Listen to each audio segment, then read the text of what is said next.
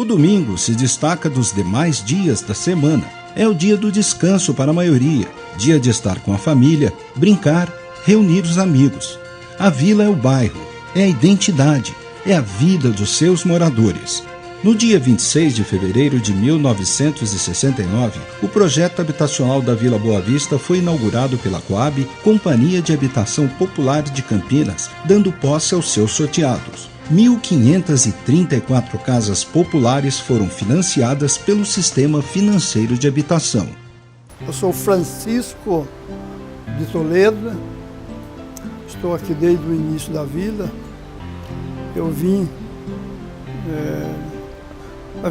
antes de mais nada, eu sou mineiro, eu vim de Ilhado, lá por volta de 64, morando para Campinas, mas aqui para a vila eu cheguei aqui em 69, logo no início da vila, né?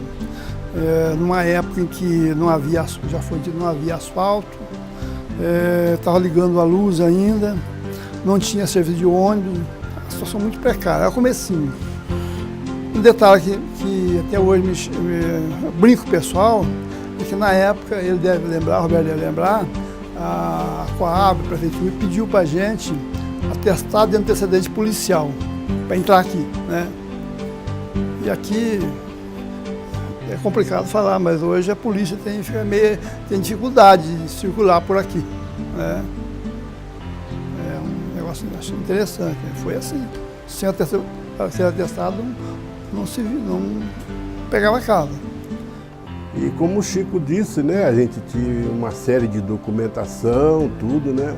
Foi bem lembrado ele falar do atestado antecedentes criminais, né?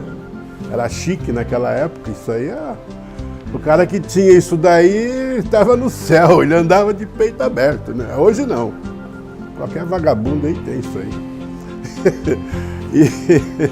Mas naquela época era importante, tanto que a Coab exigia, né? Então a gente conseguiu, fez isso daí, pegamos a casa. E como eu estava pagando lá aquela mensalidade do plano do BNH, que era aquele pecúlio, né? Eu paguei 10 meses aquilo. Então para mim era complicado, pagar aluguel, pagar o pecúlio lá, né? E para poder pegar a casa e com a inscrição da Coab. O que sair primeiro eu zarpo, né? Então graças a Deus saiu aqui. A minha esposa veio, foi a escolha do sorteio da chave, tudo, né? Deram autorização para a gente vir para cá, a gente veio. E o bairro sempre foi muito difícil, porque eu acho que hoje poderia até estar melhor, né?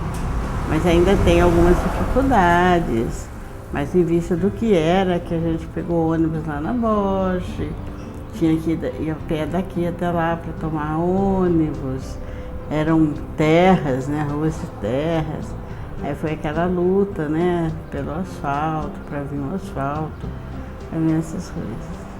Veio os 3 filhos, né, mas com filho não tive problema, graças a Deus. Os 3 filhos são maravilhosos, né, todos têm uma boa vida, todos trabalham. Um projeto habitacional distante 8 quilômetros do centro da cidade, tendo como referência a empresa Robert Bosch, instalada no quilômetro 98 da Via Anhanguera desde 1959. A Bosch era o ponto final dos ônibus. O percurso do centro ao bairro pela CCTC, Companhia Campineira de Transportes Coletivos, linha 10, Bonfim Bosch, a Vila Boa Vista. Nos anos seguintes, já chegava ao bairro, com o ponto final nas ruas 7 e 8. Esse grupo de pessoas mais atirado acabou, como já disse, né, entrando na luta pela duplicação da pista, luta pelo transporte coletivo, que era ruim, sempre foi, né, essa luta do pão na época, já comentou, né, uma série de depois... brigamos para fazer passarela na pista, não conseguimos, paramos essa Campina Monte Maior 2 vezes, né? Então não foi possível conseguir, né? O ônibus, quando eu mudei, ele já estava vindo até aqui ao mercado, mas era apenas um ônibus. Então ele fazia a lotação, ia até o centro e a fila continuava aqui esperando ele voltar de novo e ir. Sei só que foi com muita luta, com muito sacrifício, mas eu creio que nós vencemos, graças a Deus. E a briga começou com a questão do trabalho, né? Como é que você vai trabalhar? O ônibus vinha até a Bosch, por causa dos funcionários da Bosch, que a Bosch é antiga, né? E então a gente tinha essa certeza que lá tinha ônibus. E como a cooperativa era na rua Salles Oliveira, aí na Vila Industrial, era fácil. Então a gente pegava o ônibus lá e ia até a cidade, né? Ali na altura da estação FEPASA hoje, né? Descia, atravessava aquele túnelzinho lá famoso, que de vez em quando sai nas manchetes aí, né? Então a gente atravessava ali e estava lá dentro da cooperativa. Era facinho. Mas essa briga aí com relação à condução foi muito pouco tempo. Ela aguentou uns 3, 4 meses aí, a companhia de transporte coletivo, né, que era a CCTC da época, ela andou arrumando umas ruas aí, o ônibus passava nessa avenida aqui. Até aqui ela vinha. Até nas imediações da igreja, porque depois, dali para cá ela não descia. Então a gente já quebrou um bom tempo, né? Então começou a facilitar as coisas para nós aí, nessa questão. Foram grandes desafios, dia a dia perseverando sem escola local, espaços de lazer e infraestrutura. Aos poucos, isso ia sendo compensado pela criatividade e adaptação de seus moradores. A segurança que a gente tinha antes era diferente da segurança hoje, né? É lógico. A nossa vida aqui era muito gostosa. Eu me lembro que eu fazia patinete com meus filhos, os meninos meus, né? Fazia patinete, um para cada um, que eram 2 meninos, né? E eu ia na rua correndo com eles, descendo a rua de casa, né? A descida. E com eles junto, né? E eles no patinete, aquela folia toda, aquela algazarra, né? Um dia estava descendo, Roberto, a minha esposa, né? Eu falei, o que foi? O carro é atrás de vocês aí. Eu fui lá, passei a mão nos dois, o carro desceu, o cara riu, deu sinal para mim, como quem diz, né? A Vila Boa Vista sempre foi participativa na vida política. Foi decisiva em várias eleições municipais. Nos anos 70, havia o desejo de mudanças, melhorias e qualidade de vida, inclusive para a população. Personagens femininas de Campinas como Regina Duarte, Maitê Proença e Cláudia Raia começavam a repercutir nos jornais e revistas, porém, outras mulheres, anônimas para a maioria da população, também se destacaram. Uma especialmente foi notícia na época, não nos cadernos de moda, mas pela luta social.